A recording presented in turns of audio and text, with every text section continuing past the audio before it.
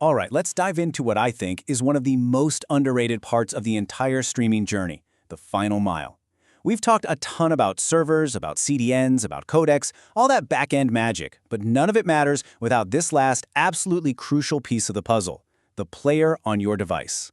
So just to get our bearings, this is part 9 of our 15-part explainer, and we're digging into chapter 9 of that big report from Virtualization Options LLC on how streaming services work. Today, it's all about the client-side player, the software that does the final, heavy lifting right on your screen. Here's what we're going to cover. First, we'll talk about the player's main job. Then we'll pop the hood and see exactly how it works. We'll get into its brain, the adaptive streaming part, and then see how giants like YouTube and Twitch handle this in the real world.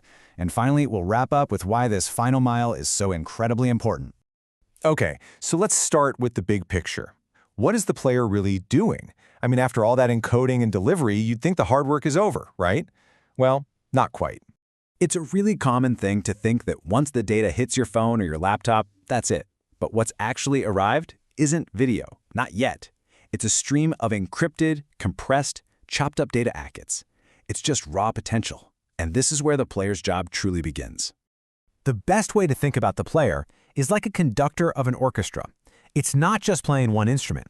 It's taking all these different pieces, the data, the security keys, the audio, the video, and coordinating them all in real time to create the smooth, seamless performance that you actually see and hear. Okay, so let's actually peel back the curtain. We're going to look inside that black box and walk through the step-by-step technical pipeline that every modern player has to run through to turn that raw data into actual pixels on your screen.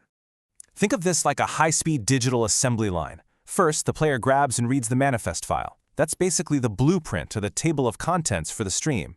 While it's doing that, it's also managing the buffer to stay ahead of playback. That's what saves you from that dreaded spinning wheel. At the same time, it's decrypting the content using DRM keys, decoding the media to uncompress it, and finally putting it all together and rendering it on your screen with perfect timing. It's a massive juggling act, and it's happening constantly.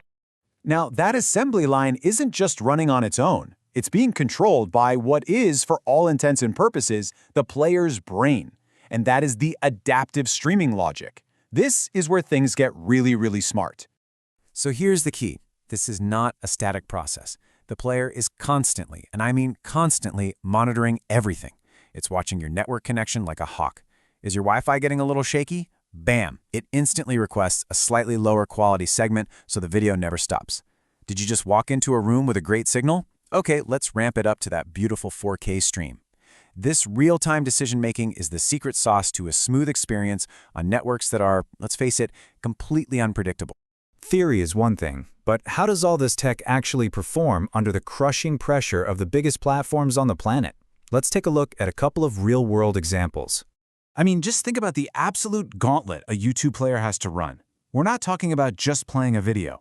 We're talking about a live event scaling from 10 people to 10 million people in a matter of seconds. It has to keep latency super low for things like live chat, and you need to be able to rewind a live stream. The player's right in the middle of all that complexity, making sure it doesn't all fall apart. And Twitch is another fantastic case study. The report points out their hybrid approach. They use a public cloud like AWS to get that massive global scale, but they also run their own specialized systems for the core streaming tech. That's how they get a performance edge. It's this cloud plus custom model that you see with a lot of the big players, and it really shows how architecture choices directly shape what you and I experience as the end user. And all of this brings us back to the main takeaway, which is why this little piece of software, running on your device, this final mile of the journey, is so unbelievably critical to the entire system.